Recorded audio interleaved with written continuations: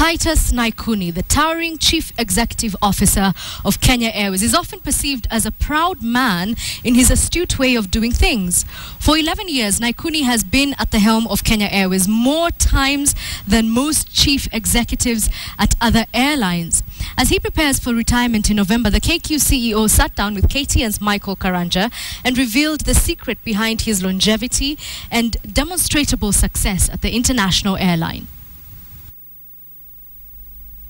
Titus Naikuni is a name that has become synonymous with Kenyan aviation.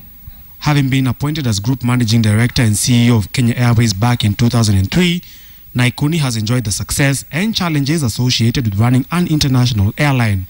In the last financial year, the airline cuts its loss by more than half to 4.8 billion shillings as the airline adopts a more cost-efficient way of doing business. We scrutinize each and every procurement that we do. And in fact, we got to a level where it was being scrutinized at director level. And then we also started looking and saying, there are things that we are doing. Must we do them? Are they really necessary? And that's how we cut down on a lot of unwanted costs.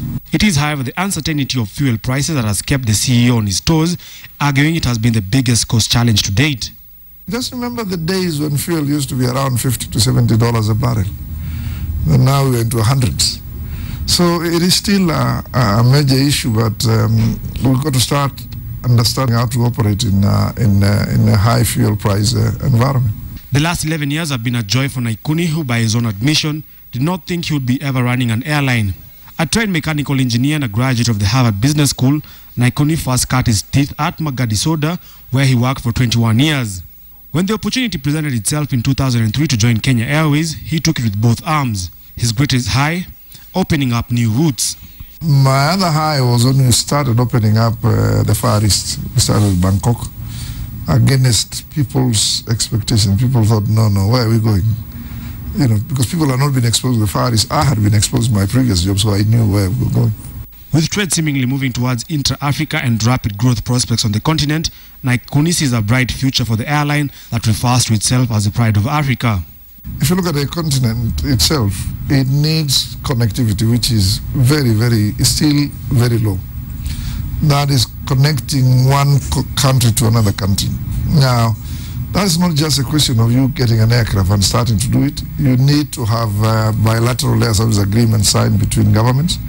So governments need to start opening up their space. And that is happening, but it's still slowly. Not one to rest on his laurels, the long-serving CEO has identified the opportunity to diversify the airline's revenue streams. On the cards is the construction of a transit hotel near JKIA that he thinks could be a lucrative venture. The plans for the transit hotel are at an advanced stage. We've had first things to identify the land. We've identified land at the airport, which is owned by a third party. We want to work with them, but also a pension fund may be involved. So those discussions are going on. At least sometime this year you'll hear breaking of the ground for sure. And as he prepares to take a step back from the rigors of running an airline, Naikuni is happy with the changes that has been seen in the field of aviation. He would, however, like to see the government encourage more investment into the sector he believes has barely scratched the surface. I think the government should encourage investment in aviation. When I talk of encouraging investment in aviation is reducing the amount of taxes that are imposed on even the small operators and improving the infrastructure in various areas. To train a pilot is very expensive. And I think we should not make the whole area of piloting a preserve of the rich.